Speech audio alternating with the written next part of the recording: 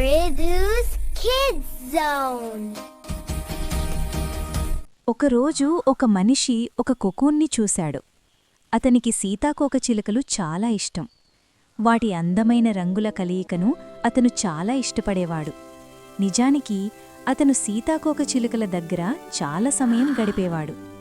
ఒక అసహ్యమైన పురుగునుంచి అందమైన సీతాకోకచిలుకగా మారడానికి అది ఎలా పోరాడుతుందో అతనికి తెలుసు. ఆ కోకూన్లో ఉన్న సీతాకోకచిలుక బయటకు రావడానికి ఒక చిన్న రంధ్రం ద్వారా చాలాసేపుగా పోరాడుతోంది. ఆ మనిషి దానిని చూస్తూనే ఉన్నాడు. చాలా సమయం గడిచినా ఆ సీతాకోకచిలుక పూర్తిగా బయటకు రావలేకపోయింది. అది చాలా అలసిపోయినట్లు అతనికి అనిపించింది.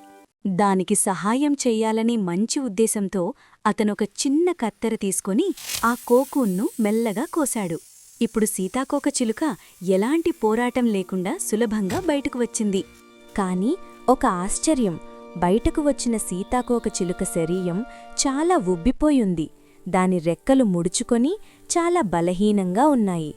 కొద్దిసేపటికి దాని రెక్కలు విప్పుకొని అది అందంగా ఎగురుతుందని ఆ మనిషి ఆశించాడు. కాని అది జరగలేదు. ఆ సీతాకోకచిలుక తన జీవితమంతా ఎప్పుడూ ఎగరలేకపోయింది. అది నేలపై మాత్రమే పాకుతూ వెళ్ళి కొంతకాలానికే చనిపోయింది. నిజం ఏమిటంటే, ప్రకృతి ఆ సీతాకోకచిలుకను ప్రత్యేకంగా రూపొందించింది. ఆ చిన్న రంధ్రం ద్వారా సీతాకోకచిలుక పోరాడుతూ బయటకు వచ్చినప్పుడే దాని శరీరంలోని ద్రవం రెక్కలలోకి ప్రవహిస్తుంది. ఆ పోరాటమే దాని రెక్కలకు ఎగరడానికి అవసరమైన శక్తినిస్తుంది. ఆ మనిషి చేసిన అవసరం లేని సహాయం వల్ల ఆ సీతాకోకచిలుకకు రావాల్సిన బలం పోయింది. మన జీవితంలో కూడా పోరాటాలు చాలా అవసరం. పోరాటాలు లేకుండా మనకు వచ్చే విజయం మనలను బలంగా చెయ్యదు. మనం ఎదుర్కొనే సవాళ్లే మనలను జీవితంలో ఎత్తుగా ఎగరడానికి సహాయపడతాయి. Like and subscribe for more videos.